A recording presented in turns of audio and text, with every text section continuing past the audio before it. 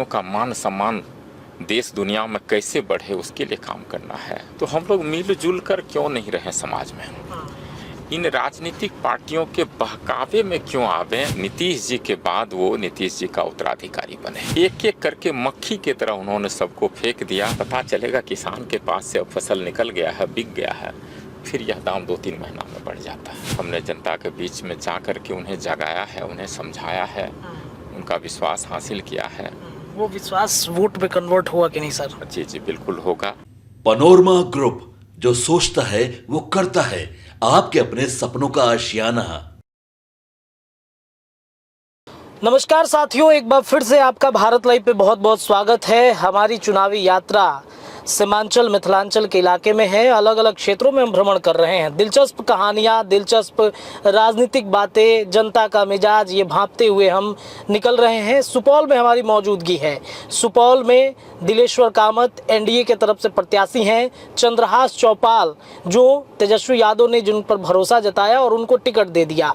इस रेस में Baidyanath Mehta x IRS और जिस तरीके से 1-1.5 सालों से ये जनता के बीच हैं, जनता की बातों को सुनते हैं, उनकी सेवाएं करते हैं, ये दोनों तरफ में थे। यानी कि एनडीए से भी प्रबल दावेदारी थी इनकी और महागठबंधन से भी। जब एनडीए से इनको टिकट नहीं मिला तो महागठबंधन से इनकी प्रबल दावेदारी बढ़ती चली जा रही थी। हालांकि दोनों तरफ से भरोसा नहीं मिला और अंततः इन्होंने फैसला किया कि हमें अब चुनाव मैदान में अकेले अपनी जनता की सेवा करने के लिए उतरना चाहिए। सुपौल में इन्होंने बीते ही दिनों अपना निर्दलीय प्रत्याशी के रूप में नामांकन भर दिया है और अब क्षेत्र में जनता के बीच जा रहे हैं। दिलेश्वर कामत से लेकर जो एनडीए या फिर इंडिया गठबंधन है, क्या परिस्थितियां बन रही हैं, कैसे इस लड़ाई को जीतना चाहिए, तमाम विषयों पर खास बातचीत करेंगे। चूँकि क्षेत्र में सर जा रहे हैं तो हमने सोचा कि सर का गाड़ी में इंटरव्यू कर लिया जाए। सर कैसे हैं, सबसे पहले तो आप बताइए। मैं बहुत बढ़िया और बहुत बहुत धन्यवाद आप लोगों को जो आप इतनी दूरी तय करके यहाँ सुपौल आए हैं सीमांचल में जी। और लोगों को जानकारी देंगे जो यहाँ की स्थिति है। सीमांचल में हम देख रहे हैं कि सबसे ज़्यादा अगर बातचीत की जाए तो एक पप्पू यादव का चर्चा है निर्दलीय के रूप में। दूसरे में अगर चर्चा करें तो सर आपकी बड़ी बातें हो रही हैं। जब हम क्षेत्र में घूम रहे हैं लोग आपका नाम बहुत ले रहे हैं, बैद्यनाथ मेहता, बैद्यनाथ मेहता। लग रहा है कि मतलब पप्पू यादव के बाद बैद्यनाथ मेहता एक बड़े गेम चेंजर सीमांचल के लिए साबित हो सकते हैं। देखिए, पप्पू जी के बारे में जहाँ तक बातें की आपने, पप्पू जी ने समाज के लिए किया है। हमेशा वह लोगों के सुख दुख में आगे बढ़कर आए हैं, चाहे कोरोना का समय हो, मेडिकल की समस्याएं हो, एम्स में, तो उनका दरवाज़ा खुला रहता है और उनकी एक टीम रहती है जो लोगों का इलाज एम्स में कैसे हो और जगह कैसे हो। तो वो जनता के नेता हैं। जहाँ तक आप मेरी बात कह रहे हैं, मैंने भी VRS लिया। 7 साल की हमारी नौकरी बची हुई थी IRS की। पिछले साल मार्च में हमने VRS लिया है और उस समय से अभी तक हम जनता के बीच में 24 घंटा हैं। उनके सुख दुख में हम साथ हैं। उनके हक हकूक़ की लड़ाई के लिए हम समर्पित हैं। विपदा का हो, आपदा का हो, ऐसे समय में हम उसके साथ रहे हैं। और कोई ऐसा दिन नहीं होगा जब हम सुपौल क्षेत्र में हैं और हमने 7-8 सभाएं नहीं की हो और सभा में कहीं 100, 200, 500, 1000 लोग मौजूद रहे हैं। तो यह काम हमने किया है। सामाजिक क्षेत्र में भी हम नौकरी में रहते हुए भी जुड़े रहे, प्रत्यक्ष और अप्रत्यक्ष रूप से। धार्मिक काम में भी हम लगे रहे। तो एक पहचान उस तरह से तो थी ही। हम राजनीतिक परिवार से भी जुड़े हुए हैं। मेरा ननिहाल भी, मेरे मामा जी नंदी मेहता बहुत बड़े समाज सेवक थे और उनको सुपौल सहित नेपाल के तराई तक लोग जानते हैं और सम्मान से उनका नाम लेते हैं। मेरा ससुराल फॉरबिसगंज में है और मेरे ससुर जी लक्ष्मी नारायण मेहता जी, वो भी भारतीय जनता पार्टी के 2 बार विधायक चुने गए हैं। और निश्चित रूप से जब परिवार के अंग होते हैं तो भूमिका होती ही है। तो इस तरह से हम लोग राजनीति से जुड़े रहे हैं, समाज के लिए काम करते रहे हैं। हमारी पत्नी, उनकी एक परिकल्पना थी, हमने एक हॉस्पिटल भी खोला था 2013 में जी। और वह 2022 तक चला भी। राजनीतिक कारण से ही उसे बंद भी करना पड़ा और वह 100 बेड का हॉस्पिटल था। और मेरा मानना है जो पटना के बाद जी। यही एक हॉस्पिटल था जहां सभी तरह के बीमारी का इलाज होता था। इस स्तर का हॉस्पिटल था। 25 से ज़्यादा MD डॉक्टर्स यहाँ थे, 150-200 स्टाफ थे, साथ ही हजारों मरीज प्रतिदिन इलाज करते थे। तो इस तरह की व्यवस्था थी और निश्चित रूप से वह समाज सेवा के लिए ही था, समाज हित के लिए ही था। जी। तो इस तरह से काम में हम लगे रहे हैं और यही कारण है जो जनता को पहली बार सुपौल में लगा है, जो एक उनके बीच का आदमी आया है, एक किसान का बेटा आया है जिसने किसान का दर्द भी समझा है, युवा गरीबों का दर्द भी समझा है, उसको देखा है। और उसके बाद जब हम नौकरी में गए तो वहाँ हमने ऐश्वर्यपूर्ण जीवन भी बिताए हैं। तो यही कारण है जो लोगों को पहली बार भरोसा जगा है, जो उसके बीच का उसका बेटा, उसका भाई, दोस्त राजनीति में आया है, पढ़े लिखे लोग हैं और लोगों ने भरोसा मुझ पर किया है। हमने उनका दिल जीता है, हम उसके दिल में बस चुके हैं और जन समर्थन जो है बैद्यनाथ मेहता के साथ है। एक सामाजिक सेवक के रूप में आप सुपौल में आए थे और अब राजनीति के तौर पे आप बढ़ रहे हैं आगे। चुनौतियां तो कई होंगी आपके सामने में। सुपौल में एक गढ़ कहा जाता रहा है, कभी कांग्रेस का, कभी NDA गठबंधन का। इस चुनौती में सर आप भी लाइन में थे, ना तो NDA की तरफ से भरोसा मिला, ना महागठबंधन की तरफ से मिला। कमी किस में मानते हैं आप सबसे ज़्यादा? देखिए, विशुद्ध रूप से अगर सुपौल लोकसभा क्षेत्र की बात करें जी। तो अरे वाह, थोड़ा धीरे चलाइएगा, समझे ना, एकदम एकदम धीरे चलिएगा। ये हो जाएगा क्या? हाँ, हो जाएगा सर। हाँ, कंटिन्यू करते हैं। चुनौतियां सुपौल में क्या रही होंगी आपके सामने? एक सामाजिक सेवक के रूप में, हम राजनीति रूप में आप आ रहे हैं। जैसा कि आप बता रहे थे, यह कांग्रेसियों का गढ़ रहा है और भी NDA का। जी। तो विशुद्ध रूप से यह क्षेत्र जो है पिछड़े, अति पिछड़े दलित का क्षेत्र है और जिस तरह से सामाजिक समीकरण पार्टियों का बनता है, तो कहीं से यहाँ जो है इंडी गठबंधन की जीत नहीं हो सकती है अगर दो तरफा लड़ाई हो। तो NDA गठबंधन ने जो उम्मीदवार दिया है इस बार, दिलेश्वर कामत जी, कहीं से भी मुझे लगता है लोगों का वो विश्वास नहीं जीत पाए हैं, लोगों के दिल में नहीं बस पाए हैं। लोगों ने पार्टी के नाम पर उन्हें वोट दिया, भारी बहुमत से वो जीते, 2,66,000 वोट से जीते थे पिछली बार।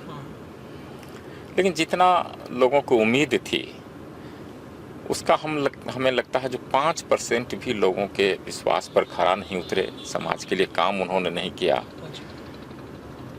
और उम्र भी उनका ढल चुका है। 78 साल सर्टिफिकेट के हिसाब से उसकी उम्र है और फिजिकली रूप से भी वह चुस्त दुरुस्त नहीं है, बीमार रहते हैं। तो ये बातें हैं। दूसरी बातें हैं जो वो समाज से कभी जुड़े नहीं रहे, लोगों का रोष उन पर है और यही कारण है जो हमने जो मेहनत की तो लोगों का हम विश्वास जीतने में सफल रहे और लोगों का विश्वास मुझ पर है और सभी जात धर्म के लोगों का भरोसा बैद्यनाथ मेहता पर है और आने वाले समय में उनका परिणाम भी आप देखेंगे। अच्छा, तो मुसलमानों का एक बड़ा वोट बैंक है इस क्षेत्र में, आरजेडी आई है, उनसे कैसे मतलब उन मुसलमानों को अपने तरफ आप करना? कुशवाहा समाज से आप आते हैं, आपके समाज से कई नेता हुए हैं इस क्षेत्र में, तो क्या लग रहा है मुसलमानों को कैसे आप अपने तरफ खींच पाइएगा? देखिए, मुसलमानों के साथ राजनीतिक रूप से बड़ा छलावा हुआ है। राजद जो है, लालू जी की पार्टी, वह बीजेपी का डर दिखा करके मुसलमानों का वोट लेती रही है अब तक। और लेकिन इस बार अब मुसलमान भी समझ रहे हैं जो हमारे भावना के साथ खिलवाड़ हो रहा है, हमें बीजेपी का डर दिखाया जाता है, जो कि कहीं से सत्य नहीं है। इस बार तो बातें यहाँ तक पहुँची जब हमारी आबादी 18% है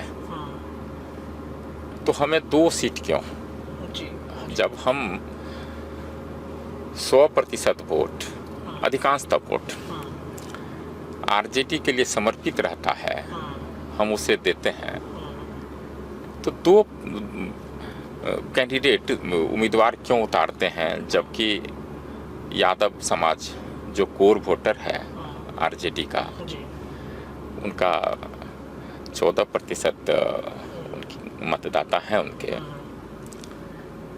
तो उनको 8 या 9 सीट क्यों मिले? साथ ही उनका रोष है जो शहाबुद्दीन जी, जिन्होंने लालू जी को बहुत मदद की, और जब उनकी मृत्यु हुई तो उनके बाद जो उनकी बेवा है, उनकी पत्नी हिना साहब, तो उनको भी वंचित किया गया टिकट से। तो अब उन्हें समझ में आ गया है जो हमारे साथ भी खिलवाड़ हो रहा है, और निश्चित रूप से वह तो एक कारण है ही आरजेडी से नाराजगी का। लेकिन दूसरी जो महत्वपूर्ण बात है, बैद्यनाथ मेहता हर दिल सबके साथ जुड़े हुए हैं, हर जगह हमारा व्यक्तिगत संपर्क भी रहा है। पिछले कई वर्षों से हमारे परिवार से उन लोगों के संबंध रहे हैं, तो यह कारण है। और दूसरा है, वो देख रहे हैं बैद्यनाथ मेहता में ये समाज को तोड़कर चलने वाले लोग नहीं हैं, समाज को तोड़कर ये राजनीति नहीं करना है, समाज को जोड़ करके एक सूत्र में बांध करके कैसे चुनाव जीता जाए, कैसे राजनीति की जाए, उसमें विश्वास करते हैं। और यही कारण है जो मुस्लिम समाज के लोग भी बैद्यनाथ मेहता को पसंद करते हैं। बैद्यनाथ मेहता उनके दिलों में बसे हैं, और मुस्लिम समाज के जो भी भाई हैं वह यह भी जान रहे हैं जो हमें यहीं रहना है, एक ही गांव समाज में रहना है, यहाँ से हम कहीं और जा नहीं सकते। तो हम लोग मिलजुल कर क्यों नहीं रहे समाज में? इन राजनीतिक पार्टियों के बहकावे में क्यों आवे? हम भ्रम में क्यों रहें जो बीजेपी हमारे साथ ऐसा करेगी, हमें नागरिकता खत्म करेगी, और भी कई कानून हैं जो डर दिखाया जाता है। तो सर एक सवाल है कि मान लीजिए कुशवाहा कुर्मी की जब बात आती है तो बिहार में कुछ पार्टियां जो हैं वो, जैसे कि जदयू की बातचीत की जाए तो कहा जाता है कुशवाहा कुर्मी का एक बड़ा वोट बैंक उनके पास में है। भारतीय जनता पार्टी उपेंद्र कुशवाहा और सम्राट चौधरी को ला करके इस वोट बैंक को साधना चाहती है। क्या वाकई में ऐसा लगता है कि दोनों पार्टियां कुशवाहा कुर्मी इन लोगों के लिए हितैषी बन के आ रही है? देखिए, जहाँ तक कुशवाहा कुर्मी समाज की बात कह रहे हैं, ये नीतीश जी की पार्टी जदयू के ये कोर वोटर थे। लेकिन जब से नीतीश जी का पिछले 1-2 साल में जो पलटी मारना कई बार हुआ है, और उनकी जो मनोदशा रही है, उनका जो व्यवहार रहा है मंच पर भी, या उनके जो कई बयान रहे हैं महिलाओं पर, प्रजनन पर और जनसंख्या नियंत्रण वगैरह पर, उन बयानों के बाद, उनकी हरकतों के बाद लोगों का विश्वास उस पर से अब उठ चुका है। अब वो जदयू के वोटर हमें लगता है नहीं रहे हैं, लवकुश समाज के लोग भी। दूसरी बात है, जिस लवकुश समाज के वोट को लेकर के जो उनका कोर वोट था, ये 18 साल से सत्ता के शीर्ष पर काबिज हैं। उस समाज के किसी लोगों को उन्होंने बढ़ावा नहीं दिया जो उनके बाद, नीतीश जी के बाद, वो नीतीश जी का उत्तराधिकारी बने। एक एक करके मक्खी की तरह उन्होंने सबको फेंक दिया, इर्द गिर्द भी रहने नहीं दिया। पावरफुल पोजीशन में इसलिए नहीं रहने दिया जो उनको यह भय और संशय रहा होगा जो इस समाज के लोग अगर कहीं आगे बढ़ गए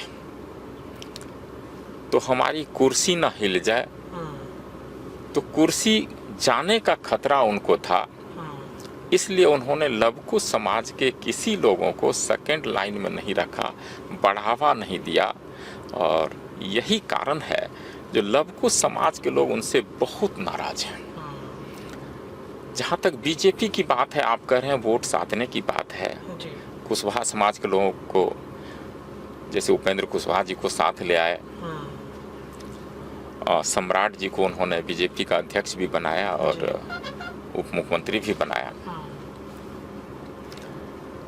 तो मुझे लगता है इस चुनाव में ही एक चूक बीजेपी ने भी कर दी, जो उन्होंने 17 उम्मीदवार उतारे और एक भी उम्मीदवार कुशवाहा समाज का नहीं है। और मुझे लगता है बीजेपी तो एकदम सरेंडर ही हो गई है जदयू के सामने, जो कुशवाहा समाज को आप ही साधिए, आप ही उसके नेता हैं। उन्होंने कुछ टिकट दिए भी हैं, 3 टिकट या 4 टिकट, तीन टिकट दिए हैं। तो हमको लगता है बीजेपी का यह रवैया, जो कुशवाहा समाज जो है उनको जदयू के खाते में ही दे दीजिए, जदयू ही उनके नेता हैं, यह करना एक बड़ी भूल थी। इस मौके का फायदा सर राजद ने उठा लिया। कुशवाहा को बहुत सारा टिकट उन्होंने बांट दिया, जो MY समीकरण था वो उसके वजह से नाराज हो गया। तो क्या कुशवाहा MY समीकरण के वाली पार्टी राजद की तरफ है? देखिए, प्रयोग उन्होंने किया है, हो सकता है एक आध सीट पर सफलता भी मिल जाए, लेकिन उन्होंने भी उम्मीदवार चयन में कुछ चूक की है, गलती कर दी। हाँ, चूक हुई है। देखिए, कुशवाहा समाज अभी भी मूल रूप से एनडीए के वोटर है। विषम परिस्थिति में अगर कुछ उस तबके के, उस लेवल के नेता आ जाएं, वही उनके वोट को तोड़ सकते हैं, दूसरे तरफ कन्वर्ट कर सकते हैं। ऐसा नहीं है जो किसी दूसरे दल ने, महागठबंधन ने या इंडी गठबंधन ने टिकट दे दिया कुशवाहा समाज के लोगों को तो सारे कुशवाहा समाज वहाँ चले जाएंगे, ऐसा नहीं है। हमें लगता है बीजेपी को कुशवाहा समाज का विश्वास जीतना चाहिए और केवल एक नेता आप शीर्ष में बैठा देंगे, उससे आप पूरे कुशवाहा समाज का प्रतिनिधित्व समझेंगे जो वही कर रहा है, ऐसा नहीं है। आपको हर एक क्षेत्र में 1-2 ऐसे नेता को लेना पड़ेगा, क्योंकि बड़ी आबादी है, 5.5% के आसपास है जनगणना के हिसाब से, ज़्यादा भी हो सकता है, लोग 8% भी कहते हैं। तो हर एक क्षेत्र में आपको 1-2 उस स्तर के नेता को, लोकप्रिय नेता को लाना पड़ेगा। जहाँ तक सम्राट जी की बात है, सम्राट जी कई साल से, 25 साल की उम्र से ही राजनीति में हैं, पद पर रहे हैं, सदन में रहे हैं, लेकिन अभी भी उनको बहुत चीज़ करना है कुशवाहा समाज के लोगों का विश्वास जीतने के लिए, क्योंकि वो जिस क्षेत्र में रहे हैं वहीं आसपास में उनका प्रभाव रहा है, एक आध जिला में ही। दूसरे जिला में उनसे आप पूछ लीजिएगा, एक प्रखंड के 5 कुशवाहा नेता का नाम बता दीजिए, मुझे नहीं लगता है वो बता पाएंगे आज के डेट में भी। तो ये स्थिति है। कुशवाहा पे पकड़ उनकी कमजोर है, सम्राट चौधरी की जी, जमीन से नहीं जुड़े, उनको पद जरूर मिला है, लेकिन मुझे लगता है जो जमीनी नेता होते हैं वो नहीं है। अच्छा, एक सवाल है, बैद्यनाथ मेहता अब क्या कुशवाहा के, कुर्मी के, लौकुश समीकरण के एक बड़े नेता के तौर पे आगे भविष्य में देखे जा सकते हैं? देखिए, हमने जब नौकरी छोड़ी है तो निश्चित रूप से एमपी बनने के लिए मात्र नौकरी नहीं छोड़ी है, जब समाज सेवा करना है, समाज में बदलाव लाना है, बिहार की तरक्की करना है, यहाँ के किसान को खुशहाल करना है, युवाओं को खुशहाल करना है, यहाँ रोजगार कैसे सृजन हो वह करना है, बिहारियों का मान सम्मान देश दुनिया में कैसे बढ़े उसके लिए काम करना है, बिहारी गाली सूचक शब्द बन चुका है, वह छवि कैसे सुधरे, यहाँ की अपनी समस्या है कोसी की, हर एक साल बाढ़ आती है उससे कैसे निजात मिले, पलायन कैसे रुके, स्वास्थ्य व्यवस्था जो बिल्कुल वेंटिलेटर पर चली गई है उनको कैसे सुधारा जाए। डॉक्टर ही नहीं आपके पास, आप बिल्डिंग 1000 करोड़ का मेडिकल कॉलेज खोल दें, मधेपुरा में भी खुला है, सुपौल में भी बात हो रही है और भी जगह, डॉक्टर कहाँ से लाएंगे? गांव में काम करने वाले जिला स्तर में जो डॉक्टर आप कहाँ से लाएंगे? वहाँ तो वही डॉक्टर चले जाते हैं जो उस क्षेत्र में रहते हैं, वहाँ नाम लिखा देते हैं, अपना क्लिनिक भी चला रहे हैं। आज सरकार को ऐसी डॉक्टर पर कोई कार्रवाई करना चाहे तो कर नहीं पाती है, क्योंकि 1 घंटा का अगर हड़ताल हो जाए तो सैकड़ों मरीज मर जाएंगे देश भर में। बिल्कुल बिल्कुल। तो कुछ भी नहीं कर पा रहे हैं, आपके पास डॉक्टर नहीं है, और उसका एकमात्र कारण है महंगी पढ़ाई। अब आप देखिए अपने देश में किसी भी प्राइवेट मेडिकल कॉलेज में अगर MBBS की पढ़ाई करवाते हैं तो 1 करोड़ से कम खर्च नहीं होता। लेकिन आसपास के गरीब देश में, नेपाल है, बांग्लादेश, श्रीलंका, पाकिस्तान, यहाँ यही पढ़ाई MBBS की 4.5-5 साल की 30 लाख रुपए में हो जाती है। यहाँ तक कि चाइना, रसिया, आप यूक्रेन, कजाकिस्तान और भी देश की बात लें, वहाँ भी इतने में पढ़ाई MBBS की हो जाती है। बिहार के बच्चे पलायन इस क्षेत्र के लिए कर जाते हैं जी। हमें यह समझ में नहीं आ रहा है सरकार की आंखें आज तक क्यों नहीं खुली है, क्योंकि टैक्स फ्री रहता है सारा मेडिकल कॉलेज, टैक्स भी नहीं देता है, और उसके बावजूद भी इतनी महंगी पढ़ाई क्यों है? हमें लगता है सरकार को इस पर सोचना चाहिए। जब तक किसान के बच्चे, गरीब के बच्चे, मध्यम वर्ग के बच्चे डॉक्टर नहीं बनेंगे, तब तक अगर यह सोच रहे हैं जो प्रखंड स्तर में, जिला स्तर में आपको डॉक्टर मिल जाए, यह असंभव है। क्योंकि बड़े बाप के बेटे जो पढ़ाई के बल पर सरकारी मेडिकल कॉलेज में दाखिला ले पाते हैं, गरीब किसान के बच्चे वंचित रह जाते हैं क्योंकि वो गांव में पढ़ते हैं, सरकारी स्कूल में पढ़ते हैं, घर के काम भी देखने पड़ते हैं, खेत खलियान भी देखते हैं, तो वो कम्पीट नहीं कर पाते हैं शहर के बच्चों, बड़े बाप के बच्चे से। और सरकारी मेडिकल कॉलेज में जहाँ पढ़ाई लगभग मुफ्त है तो वहाँ उनका एडमिशन नहीं हो पाता। और बड़े बाप के बच्चे को जब ब्लॉक स्तर के हॉस्पिटल में या जिला स्तर के हॉस्पिटल में भेजा जाता है, वो नहीं आते हैं। और यही कारण है जो प्रखंड स्तर और जिला स्तर में अभी भी अच्छे डॉक्टर्स नहीं हैं, और कोई ऐसा दिन नहीं है जो सैकड़ों मरीज, मैं कह रहा हूँ केवल बिहार की बात करें तो सैकड़ों मरीज रास्ते में ही दम तोड़ देते हैं पटना पहुँचते पहुँचते। जहाँ कोई गंभीर बीमारी हो, ट्रॉमा के केस हो, एक्सीडेंटल केस हो, हार्ट अटैक हो, तो मेरा मानना है हर एक जिला में कम से कम एक ऐसा हॉस्पिटल होना चाहिए जहाँ गंभीर से गंभीर बीमारी, न्यूरो रिलेटेड बीमारी, हार्ट अटैक रिलेटेड बीमारी, ट्रॉमा संबंधित बीमारी जो है का इलाज हो और उसके लिए समुचित डॉक्टर हो। इसके लिए मेरा मानना है जो इतनी महंगी पढ़ाई है प्राइवेट का, उनको कम किया जाए, उनके लिए उपाय किए जाए, उनके लिए नियम बनाए जाए, ताकि गरीब किसान के बच्चे भी, मध्यम वर्गीय किसान के बच्चे भी प्राइवेट से भी सही डॉक्टर बन जाए और वो अपने। और दूसरी बात मैं आपके माध्यम से भी कहना चाहता हूँ, जो सरकारी मेडिकल कॉलेज में जो भी बच्चे पढ़ते हैं, एक एग्रीमेंट बॉन्ड पर ज़रूर होना चाहिए जो आपको, अगर सरकारी मेडिकल कॉलेज में फ्री में पढ़ते हैं, ऑलमोस्ट फ्री ही है, 10-15 हज़ार साल का फी होता है, तो आपको कम से कम 5 साल की सेवा जो है प्रखंड या जिला स्तर के या सब डिवीज़न स्तर के हॉस्पिटल में देनी पड़ेगी। यह जिस दिन तय हो जाएगा तो मेरा मानना है जो छोटे शहरों में भी जिला स्तर के हॉस्पिटल में भी अच्छे डॉक्टर MBBS डॉक्टर मिल जाएंगे।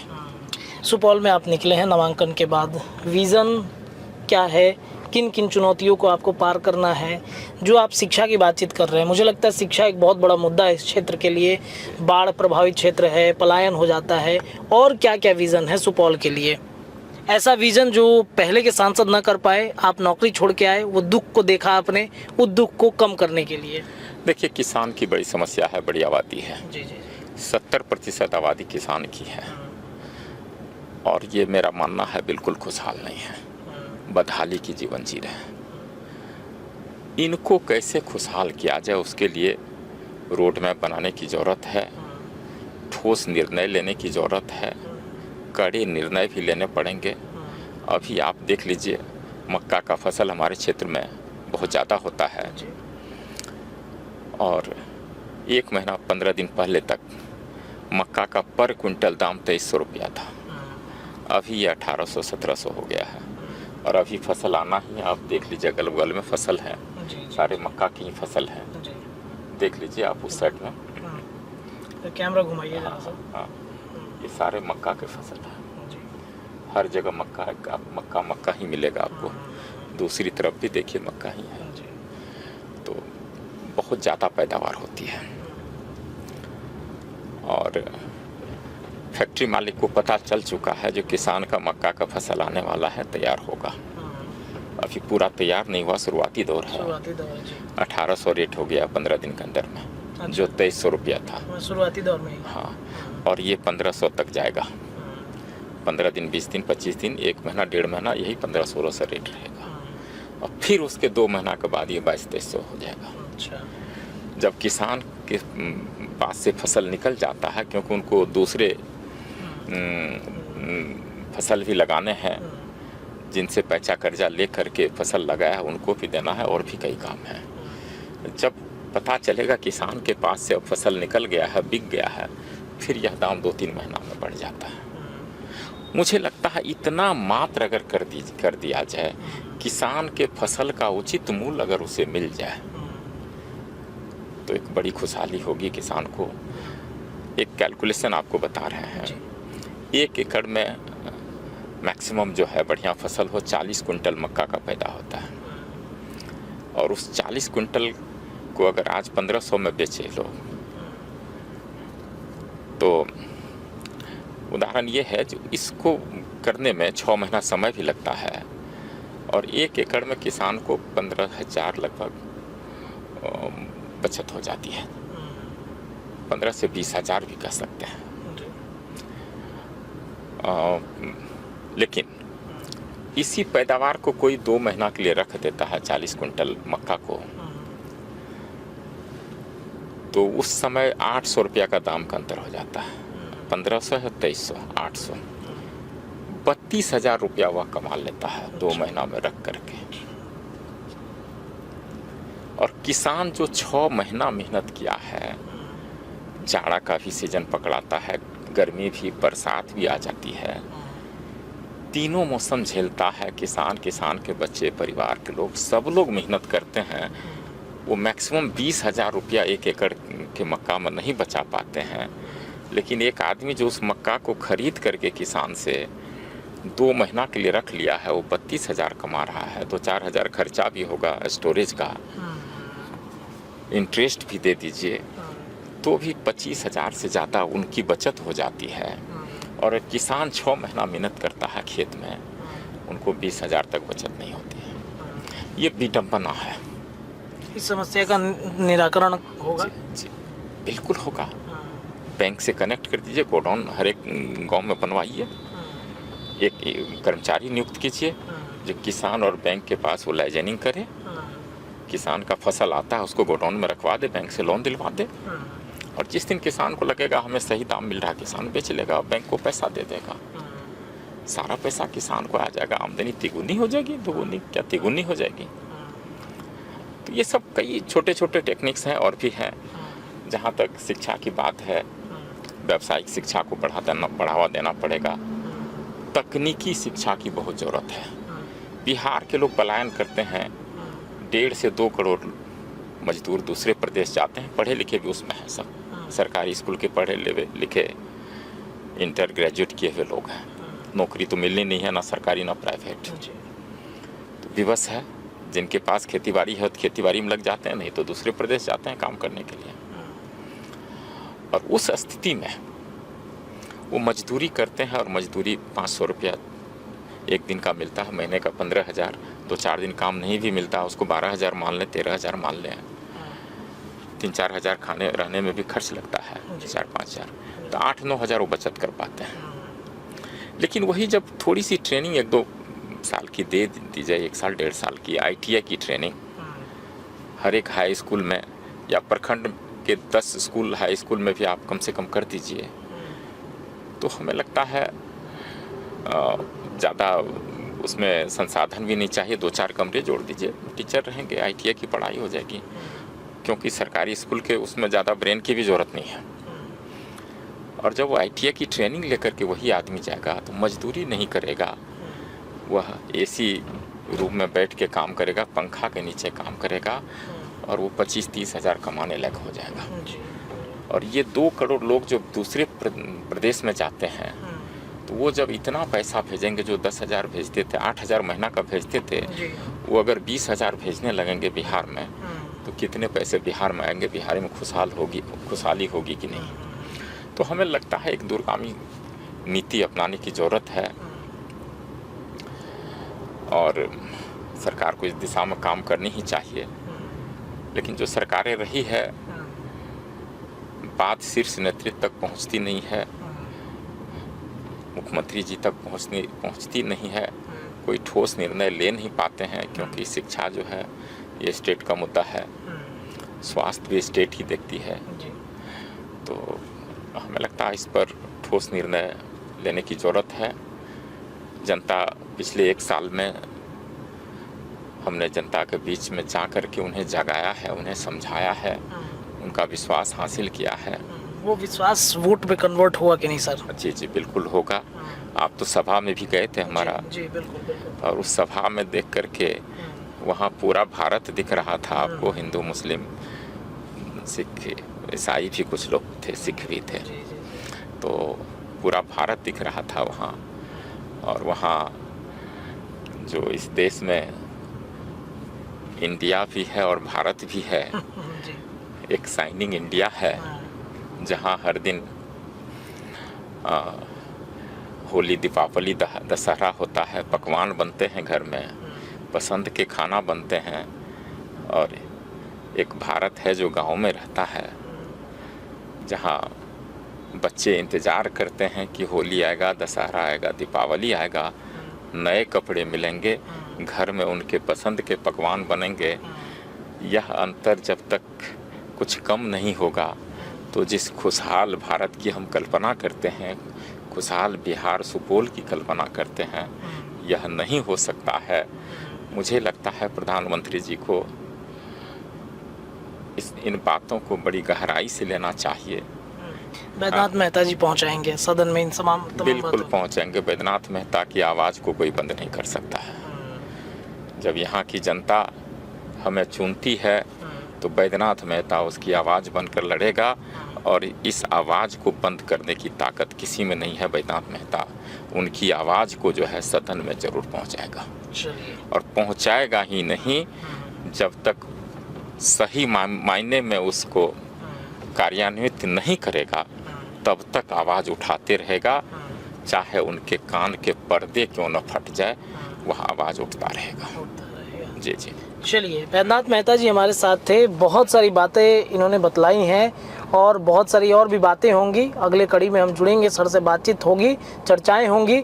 एक बात तो साफ हो गया यहाँ पर कि बैद्यनाथ मेहता शिक्षा पर बड़ा काम सुपौल में करने जा रहे हैं। शिक्षा को लेकर के जो दूरगामी सोच इनकी है, मुझे लगता है कि आने वाले वक्त में बैद्यनाथ मेहता पर अगर यहाँ की जनता भरोसा करेगी, तो शिक्षा में बड़ा बदलाव सुपौल में और ख़ास तौर पे सीमांचल के इलाकों में देखने को मिल सकता है। दोस्तों बहुत बहुत धन्यवाद। तमाम चीज़ों पर अपनी राय रखिए, कमेंट में बताइए, इनकी सोच कैसी लगी ये ज़रूर बताइएगा। अगली कड़ी में फिर इनसे मुलाकात होगी, कुछ अन्य विषयों पर चर्चाएं होंगी। सर बहुत बहुत धन्यवाद अपना कीमती समय निकालकर हमें देने के लिए। जुड़े रहिए भारत लाइव पर, तमाम खबरें दिन भर आपको मिलते रहेंगे। धन्यवाद। पनोरमा ग्रुप, जो सोचता है वो करता है। अगर ये वीडियो पसंद आई और वह बिहार के राजनीति और बिहारियत से सरोकार रखेनी तो सब्सक्राइब बटन दबा के चैनल के सब्सक्राइब कर ली। ओजे एगो घंटी बा, ओकरा बटन दबा देला से कुल सटीक और मारक खबर रुआ मुफ्त में मिल जाई। अगर रुआ पत्रकारिता के हमनी के नया प्रयोग में सहयोग कर चाहतानी तो ज्वाइन बटन दबा दी। पेटीएम नंबर नोट कर ली 9386816700। धन्यवाद।